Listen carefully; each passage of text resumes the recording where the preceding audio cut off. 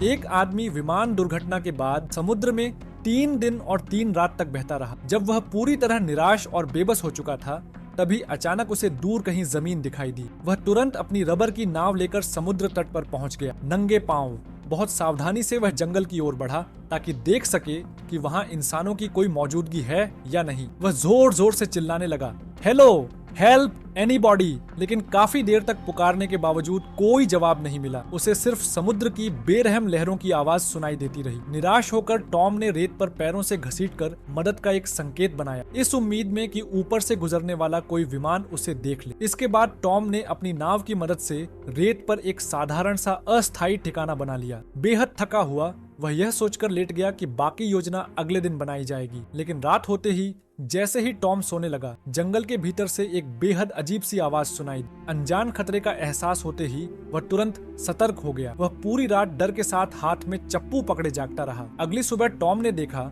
कि कल बनाया गया मदद का संकेत समुद्र की लहरें बहा ले गई हैं और वह आधे से ज्यादा मिट चुका है। जिंदा रहने के लिए उसने तुरंत सूखी लकड़ियां इकट्ठा की और एक ऐसी जगह और भी बड़ा व साफ मदद का संकेत बनाया जहां लहरें न पहुंच सके। उसी समय किस्मत से समुद्र के साथ बहते हुए कई पार्सल किनारे आ लगे। टॉम ने सारे पार्सल इकट्ठा कर लिए, ये सोचकर कि शायद जरूरत के वक्त काम आ जाए। लेकिन अचानक जंगल से फिर वही रहस्यमयी आवाज आई। वह तुरंत चौकन्ना हो गया और जोर से चिल्लाया, एनीबॉडी। काफी देर इंतजार करने के बाद भी कोई जवाब नहीं मिला। इस बार टॉम ने हिम्मत जुटाई और आवाज की दिशा में बढ़ने का फैसला किया। जैसे ही वह आगे बढ़ा, अचानक एक पका हुआ नारियल पेड़ से गिरकर उसके पास आ गिरा।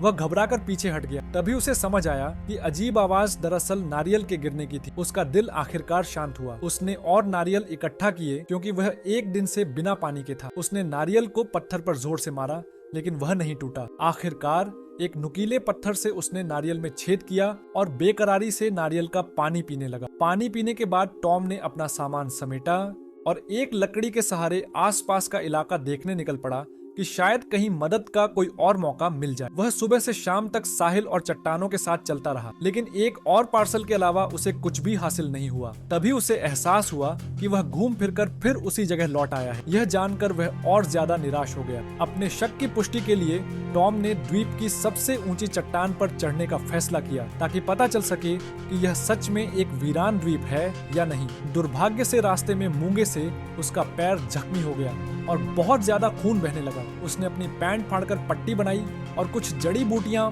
मोजे में भरकर जख्म पर बांध ली। करीब 1 घंटे बाद वह आखिरकार चोटी पर पहुंच गया। जब उसने नीचे देखा तो चारों ओर सिर्फ समुद्र ही समुद्र था और नजर की हद तक कहीं भी दूसरी जमीन नहीं थी। यह देखकर टॉम पूरी तरह टूट गया। लेकिन उसी पल उसकी नजर समुद्र में तैरते एक इंसान पर पड़ी। उम्मीद पाकर वह तेजी से नीचे उतरा और पूरी ताकत के साथ उसकी ओर तैरने लगा। वह उसी दुर्घटनाग्रस्त विमान का कप्तान था, लेकिन उसकी जान जा चुकी थी। टॉम ने शव को घसीटकर किनारे लाया और उसके शरीर से कुछ काम की चीजें इकट्ठा की, जिनमें एक टॉर्च और जूतों की एक जोड़ी शामिल थी। हालांकि जूते उसके साइज से छोटे थे, लेकिन थोड़ी सी मरम्मत के बाद वह उन्हें पहनने लायक बना सका। इसके बाद टॉम ने कप्तान को दफना दिया और दफनाने से पहले पत्थर पर उसका नाम और मौत का समय उकेर दिया। दिन बीतते गए, लेकिन कोई मदद नहीं आई। धीरे धीरे टॉम इस वीरान द्वीप की जिंदगी का आदी होता चला गया। वह पत्तों पर जमी ओस से अपनी प्यास बुझाता और नारियल के खोल में पानी इकट्ठा करता था। अकेलेपन से लड़ने के लिए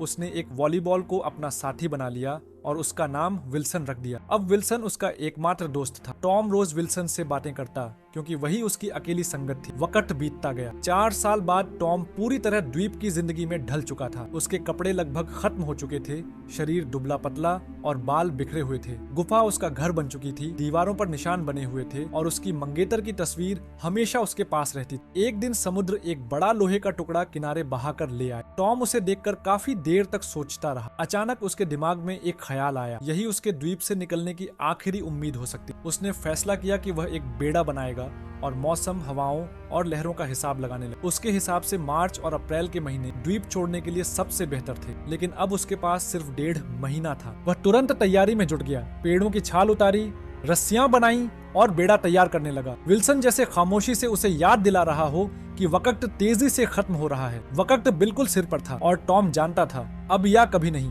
1 साल पहले टॉम एक खड़ी चट्टान पर खड़ा था और उसने एक रस्सी तैयार की थी, लेकिन आज वही रस्सी उसकी निकलने की उम्मीद बन चुकी थी। उस रात टॉम और विल्सन के बीच गंभीर झगड़ा हुआ। असल में टॉम खुद को ही मनाने की कोशिश कर रहा था। टॉम गुस्से में आ गया और विल्सन को गुफा के बाहर फेंक दिया, लेकिन वह तुरंत पछताने लगा। वह विल्सन का नाम पुकारते हुए चारों तरफ ढूंढने लगा। Wilson, Wilson! आखिरकार वह एक चट्टान के नीचे मिला। Never again, never again. 1 महीने बाद सारी तैयारियां पूरी हो चुकी। टॉम ने चट्टान पर अपना नाम खुदा, विल्सन, और वह बंद पैकेज साथ लेकर लकड़ी की नाव पर सवार हो गया। पीछे मुड़कर उस द्वीप को देखा जहां उसने 4 साल बिताए थे। टॉम के दिल में अजीब भावनाएं उमड़ आई। नाव धीरे धीरे दूर होती गई और समुद्री लहरें और अधिक ऊंची होने लगी। आसमान को ढकती विशाल लहर किसी खूंखार जानवर की तरह अनभिज्ञ टॉम को निगलने के लिए बढ़ रही थी। लेकिन टॉम डरता नहीं, बल्कि और अधिक उत्साहित हो गया। उसने चप्पू छोड़ दिया, मुड़कर पूरी ध्यान से उस डरावनी लहर को देखने लगा। जैसे ही नाव निगले जाने के करीब पहुंची, टॉम ने जोर से खींचा और लोहे की प्लेट अचानक उठ गई। वह हवा के साथ हिलने लगी और पाल में बदल खुले पंखों की तरह उसने टॉम को साथ उठाया और वह मौत की इस दीवार को पार करने में सफल हो गया। टॉम खुशी से चिल्लाया और तुरंत चप्पू पकड़कर पूरी ताकत से चलाने लगा। लहर के गुजरने के बाद की मंद रोशनी, वह बहुत दूर तक फिसल गया और इस खतरनाक समुद्री इलाके से पूरी तरह बाहर आ गया। अगले कुछ दिन तक टॉम समुद्र की सतह पर तैरता रहा। समुद्री हवा उसे इधर उधर ले जाती रही। सौभाग्य से प्यास लगने पर बारिश का पानी मिला और भूख लगने पर समुद्री भोजन। जब उसे लगा कि शायद वह इसी तरह इंसानों की दुनिया में वापस पहुंच जाएगा, तभी एक तेज तूफान ने फिर हमला किया। पाल बनी लोहे की प्लेट उड़ गई और वह खुद भी जबरदस्त लहरों में बह गया। अगले दिन जब उसकी आंख खुली तो विल्सन समुद्र में बह चुका। टॉम ने एक पल भी नहीं सोचा और समुद्र में छलांग लगा दी, लेकिन विल्सन लगातार दूर होता गया। Wilson, I am sorry Wilson.